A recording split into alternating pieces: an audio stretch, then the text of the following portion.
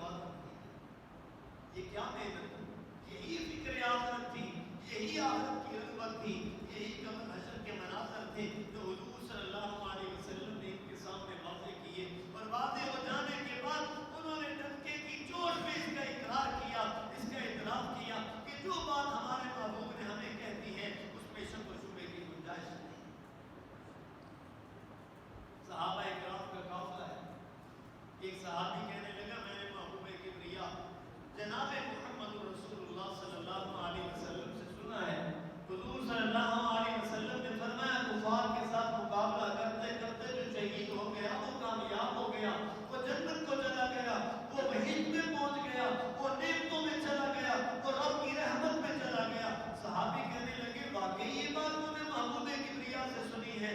وہ کہنے لگے ہاں میں نے سنی ہے۔ یہیں سے ارادہ کر لیا، عزم کر لیا، میدان میں چلے گئے، کہنے لگے تب تک میں جدا نہیں ہو جاؤں گا جب تک کہ یہ جان رب کے دربار میں پیش نہ کر دوں۔ جان کا نذرانہ دیا، آخری لمحات ہیں، آسمان کی طرف نگاہیں اٹھا کے کہنے لگے فزت برب الکعبہ، رب کعبہ کی قسم ہے کامیاب۔ یہ وہ کامیابی تھی حقیقت جس کو ان لوگوں نے اپنا مشن بنا رکھا، اپنا کام بنا رکھا تھا۔ یہ وہ لوگ تھے جو حضور صلی اللہ علیہ وسلم کی بات کی تصدیق زبان سے بھی کرتے تھے، دل سے بھی اس بات میں ان کا ایمان اور یقین تھا کہ جو بات محبوب کبریا نے ہمیں کہہ دی اس میں شک و شبہ کی گنجائش نہیں۔ ادھر حضرت عثمان رضی اللہ تعالیٰ عنہ جلیل القدر صحابی ہیں، حضور علیہ السلام کے دور داماد ہیں، اتنے اعزاز والے، اتنی شان والے، اتنے مقام اور مرتبے والے۔ حضور علیہ السلام دنیا میں جنت کی بشارت دیتے ہیں، دنیا میں جنت کی خوشخبریاں دیتے ہیں۔ یہی حضرت عثمان رضی اللہ تعالیٰ عنہ قبرستان کی طرف چلے جاتے ہیں، قبر پہ جا کر کے بیٹھتے ہیں، رونا شروع کرتے ہیں، اتنا روتے ہیں کہ داڑھی مبارک تار ہو جاتی ہے۔ پوچھنے والوں نے پوچھا اے عثمان جہنم کا تذکرہ ہوتا ہے اتنا نہیں روتے، قیامت کا تذکرہ ہوتا ہے اتنا نہیں روتے، اور حال بیان کی جاتے اتنا نہیں روتے، قبر کو دیکھتے ہو اتنا روتے ہو۔ فرمانے لگے آخرت کی منزلوں میں سے پہلی منزل ہے جہاں کامیاب ہو ساری منزلوں میں کامیاب، جہاں ناکام ہو ساری منزلوں میں ناکام۔ کہ یہ وہ ابتدا، یہ وہ دروازہ ہے جو دنیا کا بند ہو جاتا ہے آخرت کا کھل جاتا ہے۔ یہی وہ فکر تھی جو صحابہ کرام تھے حضور صلی اللہ علیہ وسلم سے لی تھی اور آگے دوسروں تک منتقل۔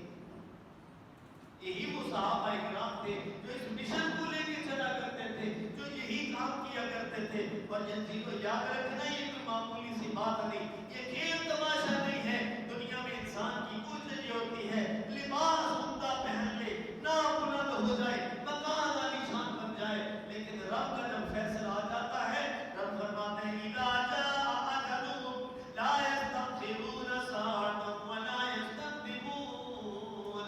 ایک لمحہ آگے نہیں، ایک لمحہ پیچھے نہیں، ایک گھڑی آگے نہیں، ایک گھڑی پیچھے نہیں۔ جو وقت مقرر ہے وہ میرے فرشتہ آتا ہے، وہ نہیں دیکھتا بیوی بچے پڑے ہوئے، وہ نہیں دیکھتا کاروبار موجود ہے، کوئی نہیں دیکھتا ابھی مکان پورا نہیں ہوا، وہ نہیں دیکھتا بیٹے جوان ہے بیٹیاں جوان ہیں، وہ نہیں دیکھتا صبح ہے کہ شام ہے، وہ نہیں دیکھتا امیر ہے یا غریب ہے، وہ نہیں دیکھتا صحت مند ہے یا بیمار ہے، وہ کسی حال میں بھی کسی کو مہلت نہیں دیتا۔ جب وقت مقرر آتا ہے روح کھینچتا ہے اور لے کے چل پڑتا ہے۔ چلے جانے کے بعد